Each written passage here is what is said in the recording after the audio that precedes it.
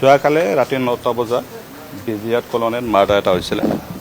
মাৰ্ডাৰৰ ভিক্টিমটো হ'ল হালেজা বেগম আৰু একিউজটো আমি তাতে যেতিয়া আমি ভিজিট কৰিলোঁ আমি গম পালোঁ কাণতো কোনে কৰিছে। একিউজটোৰ নাম হ'ল কালু এলাইছ চাহাবুদ্দিন।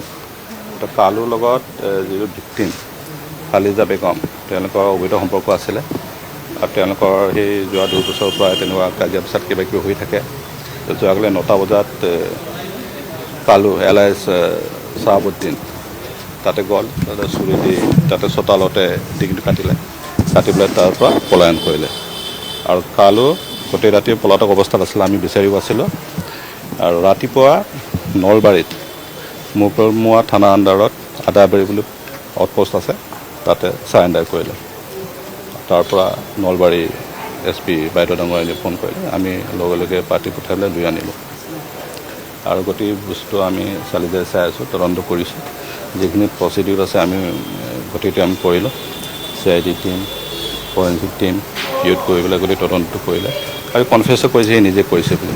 আৰু তেওঁলোকৰ সেই অবৈধ সম্পৰ্ক আছিলে, সেই অবৈধ সম্পৰ্কৰ পৰিণতি কালি মাৰ্ডাৰটো হয়।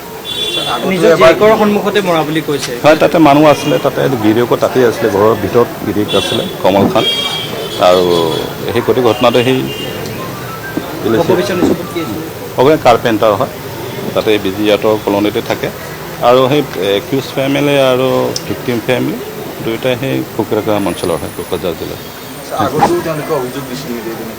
আগতে অভিযোগ নাই, আগতে আমি গম পাইছোঁ আগতে তেওঁলোকৰ কিবা নিজৰ মাজতে মিটিং চিটিং হৈছিলে বা বহুত আগতে, কিন্তু আমাৰ থানাত কেতিয়াও কমপ্লেইন দিয়া নাছিলে। প্ৰেমৰ কাৰণে এতিয়া তেতিয়ালৈকে সেইটোৱে আৰু বস্তুটো বিভ্ৰম হৈছে।